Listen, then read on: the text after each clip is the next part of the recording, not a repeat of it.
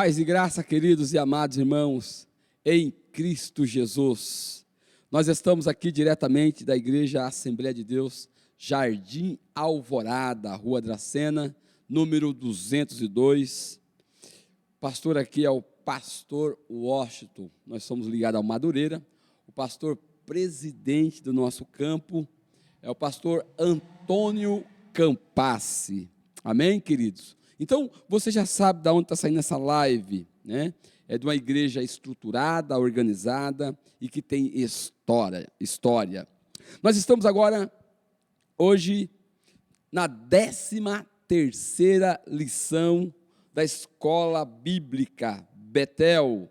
A temática, os discípulos de Jesus Cristo, crescendo em maturidade espiritual e vivendo a missão até a eternidade com Cristo. Ou seja, nós só não vivemos com Cristo, unido na pessoa do Espírito Santo, agora. Agora só é uma preparação para a eternidade. Amém, queridos? Vamos orar e vamos começar. Pai, te louvamos e te exaltamos. Nós queremos engrandecer o teu nome e bendizer o teu nome nesta tarde. Uma tarde de bênção, de vitória, onde cremos, ó Pai, que o teu nome será louvado. E a tua palavra há de edificar vidas aonde chegar. Consolar, exaltar e animar, em nome de Jesus. Lição número 13 diz o seguinte: os discípulos de Cristo e a bem-aventurada esperança. Essa lição, ela estava falando sempre dos discípulos de Cristo e sempre uma temática. A de hoje é os discípulos de Cristo e a bem-aventurada esperança. Qual é a esperança que os discípulos de Cristo esperam? Ou, por que não dizer, qual é a esperança da igreja? Vamos ler um textuário? Mas eu vou começar a ler o textuário Tito, capítulo 2, do verso 11 ao verso 13, que aí nós amarramos o texto para dar sentido a tudo que está falando no verso 13. Olha só, Tito, capítulo 2, verso 11 diz assim: pois a graça de Deus se manifestou, trazendo salvação a todos os homens. Ela nos ensina a abandonar a impiedade e as paixões mundanas, para que vivamos neste presente século sóbria, justa e piedosamente. Verso 13. Aguardando a bem-aventurada esperança. Aí vem o aparecimento da glória do nosso grande Deus e Salvador Jesus Cristo. Então, qual é a bem-aventurança que a temática da lição nos diz sobre os discípulos de Jesus? A bem-aventurança da volta, da vinda de Jesus. Verdade aplicada. A firme e bem-aventurada esperança dos discípulos de Cristo é a vinda de Jesus Cristo nos ares. Queridos, tem que ter fé e acreditar que, se esperamos em Deus só nesta vida, Paulo diz, somos os mais miseráveis homens da face da terra. Porque, de fato, Paulo quer dizer o seguinte, que, de fato, há uma esperança após a morte. Há uma esperança de nós ser ressuscitado depois que morremos, quando Jesus voltar. Quando Deus vir buscar a sua igreja por meio de Cristo Jesus. Objetivo da lição: ressaltar a importância da bem-aventurada esperança para os discípulos de Cristo. Será que a bem-aventurança, esperança da vida de Cristo é importante para a igreja? É importante para os discípulos? Aí eu digo que sim, é importante. 1 Tessalonicenses, capítulo 4, verso 14, diz o seguinte: porque se cremos que Jesus morreu e ressuscitou, Assim também aos que em Jesus dormem, Deus os tornará a trazer com ele. Olha que interessante. Olha o que Paulo está dizendo na igreja aos Tessalonicenses, que Deus tornará a trazer aqueles que morrerem no dia da sua vinda. Quem estiver vivo será transformado com um corpo glorioso, e quem estiver morto vai ser ressuscitado e transformado. E o último versículo que eu quero ler de Tessalonicenses capítulo 4 é o 16. Porque o mesmo Senhor descerá do céu com alarido, e com voz de arcanjo, e com a trombeta de Deus, e os que morreram em Cristo ressuscitarão primeiro. Então veja que há uma ressurreição para aquele que crê em Deus na vinda de Cristo. Introdução. Nessa lição, veremos que a bendita esperança não era algo fantasioso, mas uma expectativa segura. Por quê? O apóstolo Paulo falou da vinda de Jesus. Pedro falou da vinda de Jesus. O apóstolo João falou da vinda de Jesus, né? Então veja que os apóstolos, eles falaram da vinda de Jesus, da sua segunda vinda. Então não é algo fantasioso, é algo que dá expectativa segura. A palavra nos dá sustentação com relação à vinda de Jesus. A bendita esperança dos discípulos de Cristo, como revela nas Escrituras, deve nos impulsionar a conservar firme a demonstração de nossa esperança, pois quem prometeu é fiel para cumprir. Então, se Deus prometeu que nós vamos ter uma vida após a morte, que vai haver uma volta de Jesus, essa palavra nos garante, então nós confiamos. Ponto 1, a bendita esperança. A bem-aventurada esperança é uma declaração bíblica usada pelo apóstolo Paulo a se referir à segunda vinda de Jesus. E aonde que está essa frase, essa citação? Nós lemos 1 Timóteo, capítulo 2, versículo 13. A bendita esperança. Falar sobre o regresso do Senhor nos faz viver em constante vigilância e oração para não sermos encontrados despreparados. Esse evento proporciona esperança para a igreja de Cristo, pois nos fará livres de todo o sofrimento que suportamos neste mundo.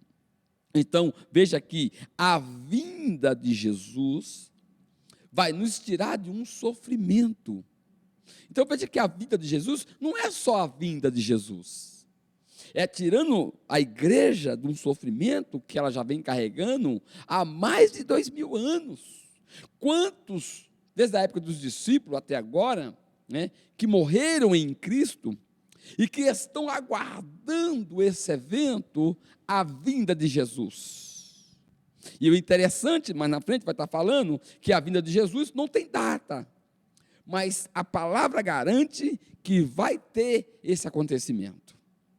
O ponto de partida é, nossa esperança está firmada em Cristo. Então é em Cristo que nós estamos firmados. Ponto 1, o capacete da esperança. Olha que interessante. Paulo disse, vestindo-nos da couraça da fé e da caridade, e tendo por capacete a esperança da salvação.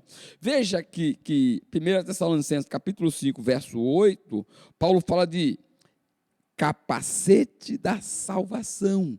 Paulo fala isso em Efésios. Por que o capacete da salvação? A ilustração de um capacete para falar sobre salvação, porque o capacete, ele era um equipamento de defesa, né, que o soldado romano usava para proteger a sua cabeça. E nós sabemos que grandes batalhas são travadas na mente, e nós sabemos que quando nós perdemos a batalha na mente, nós perdemos a batalha. Então, o capacete da salvação é para que nós venhamos ter o quê? uma proteção espiritual para o emocional, para o intelecto, né? Nos sentimentos, para que nós não vamos perder a guerra nesse ponto da nossa cabeça, da nossa mente. Então, o capacete da esperança da salvação. Então, Deus guarda a nossa mente para que nós venhamos a crer e constantemente acreditar que há uma esperança de salvação. 2, a esperança da segunda vinda de Jesus. Jesus nos alertou a ficar atentos, porque não sabemos quando será a sua segunda vinda. Marcos capítulo 13, versículo 33. Não sabemos o dia, não sabemos a hora, não sabemos o ano, não sabemos o tempo. Mas a Bíblia garante que Jesus vem buscar uma igreja. A esperança do vigilante. A Bíblia alerta sobre uma vida vigilante, atento, alerta. E ordena aos discípulos de Cristo que vivam em alerta pelo retorno do Senhor, a fim de não sermos enganados nem dominados pelas distrações e afazeres do dia a dia. Porque é um perigo isso, nós ficarmos desatentos, né? E nos apegarmos às tarefas corriqueiras e esquecermos que nós temos um compromisso com Deus e que Deus vem buscar a sua igreja. Então, a esperança do vigilante, devemos estar constantemente vigilante. Então, falamos sobre a bendita esperança, o capacete da esperança da salvação, a esperança da segunda vinda e a esperança da vigilante, do vigilante, ficar sempre, né, em alerta. A relevância da bendita esperança. Olha que interessante. A partir do momento que o ser humano atende ao chamado do Senhor para ser seu discípulo, sendo feito uma nova criatura, ele passa a viver com esperança na salvação em Cristo, que não se limita à existência na terra. Ponto 2.1, olha só, a bem-aventurada esperança motiva o serviço cristão. Olha que interessante, quando nós temos esperança na volta de Jesus, nós temos convicção, isso nos dá graça para servir na casa do Senhor até que o Senhor volte. Existe uma íntima conexão entre esperar e serviço, esperar e serviço na vida do discípulo de Cristo. Em uma das suas parábolas, o Senhor identifica o servo fiel e prudente como aquele que é responsável pela execução da tarefa que recebeu, enquanto o Senhor não vem. Ou seja, o ponto 2.1 quer ensinar? Que enquanto o Senhor distribuiu, né, as tarefas, o servo fiel, o servo da casa, então o Senhor dele distribuiu as tarefas, colocou ele para alimentar, para tomar conta dos servos e foi embora. E ele deveria fazer a sua parte até que o seu Senhor voltasse. Então, aplicando para a nossa vida cristã, então, enquanto o nosso Senhor Jesus Cristo não vem, nós temos que fazer os serviços na sua casa, o serviço cristão. Então, esperar e servir, e esperança, tem toda uma conexão. Que nós não venhamos a deixar de servir ao Senhor e de esperar. 2.2. A bem-aventurada esperança motiva a santificação. Olha que interessante. A Bíblia diz que sem santificação ninguém verá o Senhor. Hebreus 12:14. Então, se eu tenho uma bem-aventurada esperança, eu também tenho que saber que eu tenho que esperar em santificação. Então, eu não posso esperar a vinda de Cristo e achar que Jesus está voltando e esperar de qualquer jeito.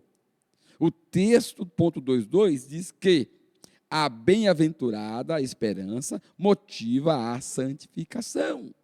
Então, nós devemos nos santificar enquanto trabalhamos, enquanto esperamos. Ok?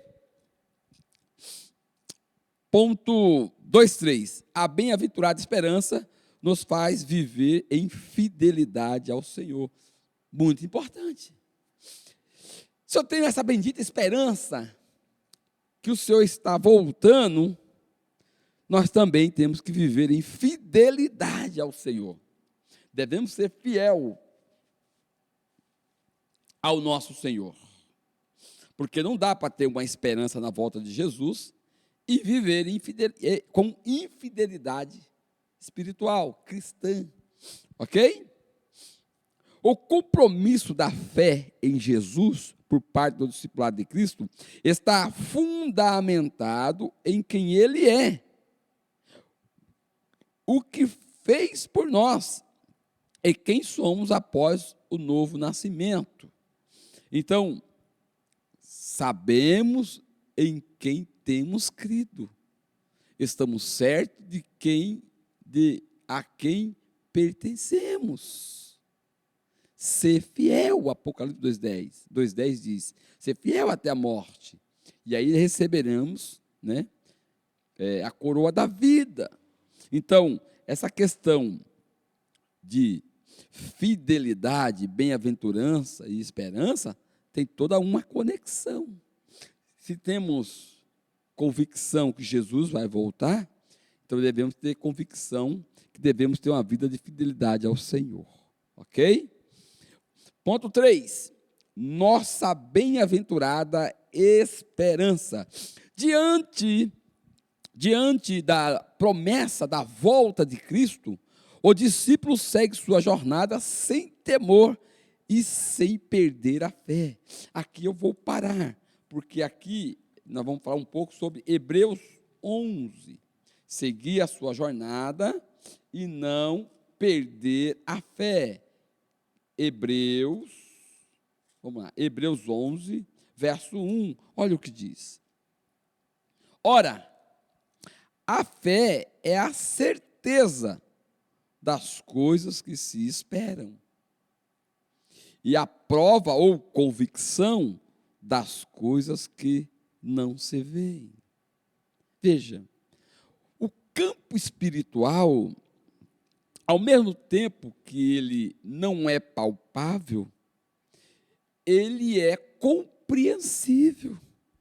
Então, ora, a fé é a certeza das coisas que se esperam, ou seja, há uma convicção interior que não é nossa, é uma convicção interior que o Espírito Santo coloca em nós, das coisas espirituais, das coisas invisíveis, né? E a prova das coisas que não se veem. Então, o que está no futuro, por exemplo, a volta de Jesus, que é sempre presente, mas também pode ser futuro, nós temos convicção que vai acontecer. Então, nós não podemos perder a fé. É isso que ele está querendo dizer. Então, o discípulo segue a sua jornada com convicção e com fé, que uma hora, a qualquer momento, a qualquer tempo, Jesus vai voltar. Medite, Hebreus 11, 1. 3:1. Estamos chegando para os finalmente. 3:1. A esperança revelada nas Escrituras.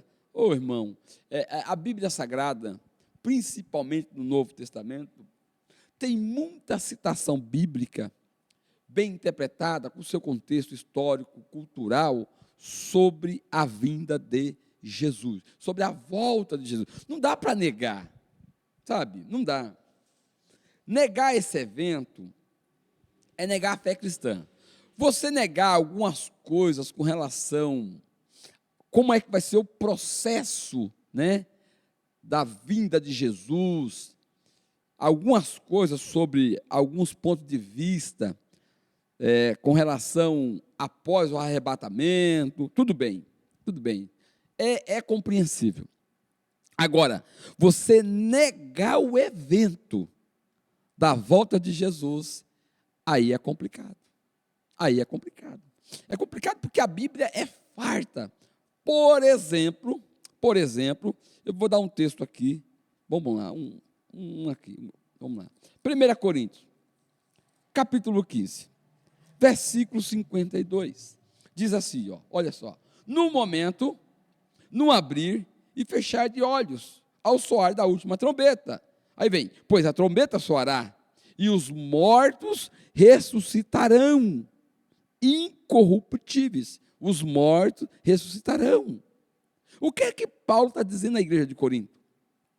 Paulo está dizendo do evento que vai acontecer quando Jesus voltar. Ele está falando do evento, como vai acontecer, como é que os mortos serão tomados, como é que os vivos serão tomados. Paulo está falando sobre um evento, no momento do evento. Paulo não está falando da volta de Jesus, está falando do que vai acontecer no evento. Não tem como negar.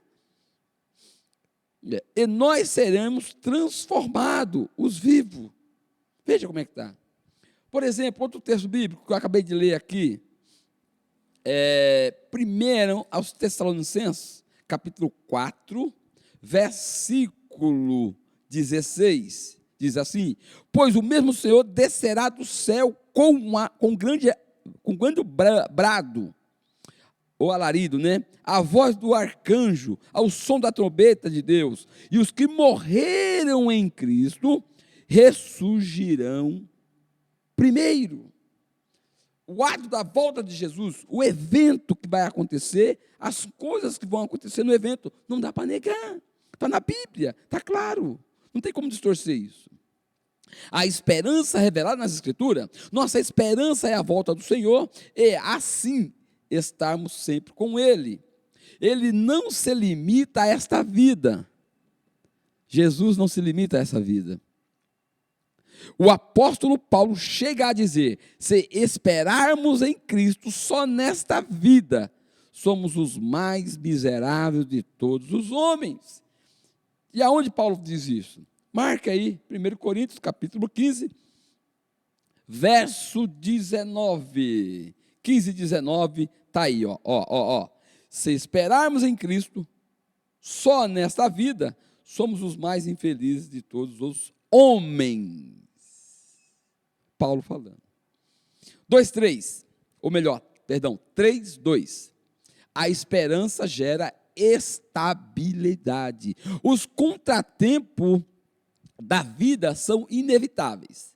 Nós falamos, né, e nosso pastor nos ensina muito, que é impossível anular as adversidades, os problemas da vida, os problemas financeiros, a doença, as decepções, as amarguras ou algum tipo de circunstâncias adversas. É impossível anularmos isso.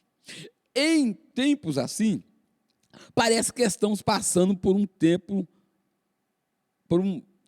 passando por uma tempestade violenta, quando ondas colossais ameaçam afundar o nosso barco. Quando passamos por tempos assim, precisamos nos agarrar com firmeza à esperança proposta que diz Hebreus capítulo 6, versos 18 e 19, que é para nós nos agarrarmos em Cristo, que Ele entrou no Santo dos Santos, uma vez por todo, para interceder e para fazer a expiação dos nossos pecados. Então, é nele que nós nos agarramos para que possamos passar por esses momentos difíceis. 3 e último. A esperança produz a alegria. Romanos capítulo 12,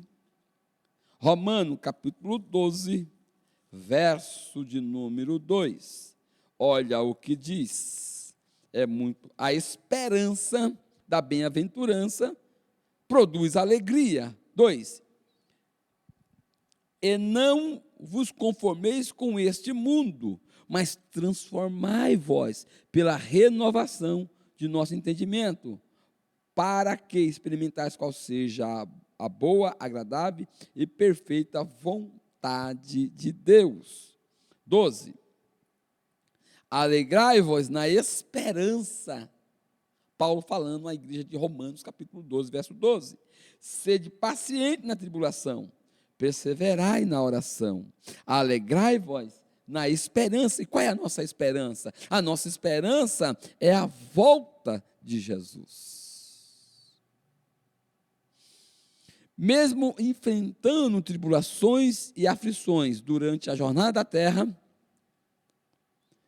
a firme confiança em Cristo nos alegra na esperança de um dia participarmos da glória de Deus, a glória futura, a glória eterna.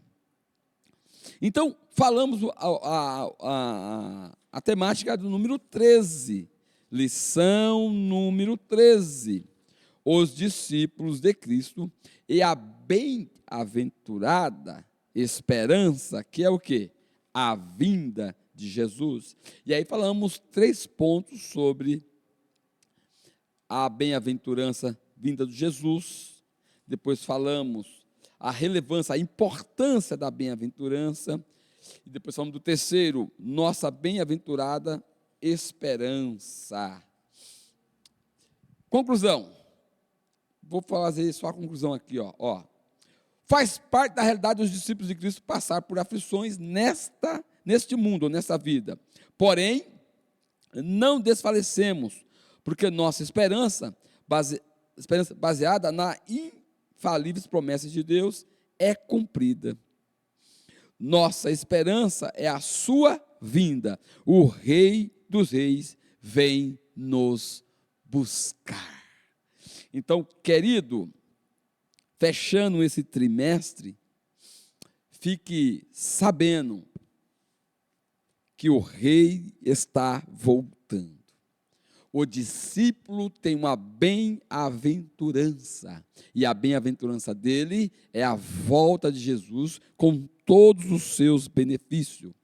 Como falava, algumas coisas dentro do contexto, né, da volta de Jesus e algumas coisas no seu desenrolar, podemos questionar, ter algumas dificuldades para entender. Mas negar o arrebatamento da igreja, negar a vinda de Jesus, negar como seremos transportados para a eternidade, sinto muito, querido, isso não dá para negar. É muito palpável na palavra de Deus. Deus abençoe a todos em nome de Jesus. Nós temos culto aqui, domingo pela manhã, às 9 horas, e domingo à noite, às 18 horas. Culto da família, venha com a sua família. Culto de ensino, terça-feira, às 19h30. Culto de oração, quinta-feira, às 20 horas. Toda quinta-feira, às 20 horas, temos oração. Amém? Fique com Deus, um grande abraço no amor de Jesus Cristo. Amém.